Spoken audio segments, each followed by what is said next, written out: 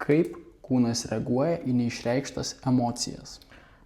Jeigu žmogui sunku reikšti emocijas, iš pirmo žvilgsnio gali atrodyti, kad jis tiesiog yra uždaras ar labai racionalus, bet dažnai už to slypi labai jautri nervų sistema, kuri išmoko save apsaugoti.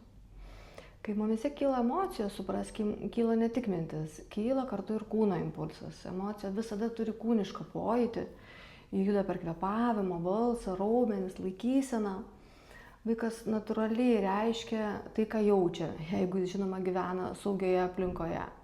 Bet jei jam sakoma, tu ten neverk, nepyk, būk geras, jis nesąmoningai supranta, rodyti jausmus nėra saugu.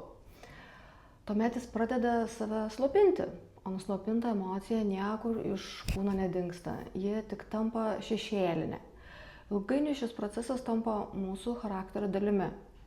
Žmogus gali būti labai toks funkcionalus, racionalus, nesėkmingas, tačiau kartu jausti, kad kažko viduje trūksta, nutolęs, atskilęs.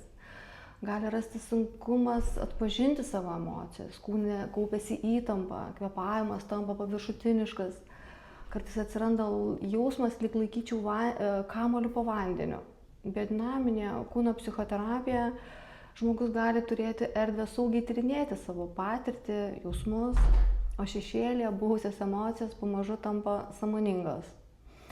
Kūnas įgauna galimybę atsipalaiduoti, galime giliau kvėpuoti, judėti, įtampa pamažu paleidžia tai, ką ilgai laikė.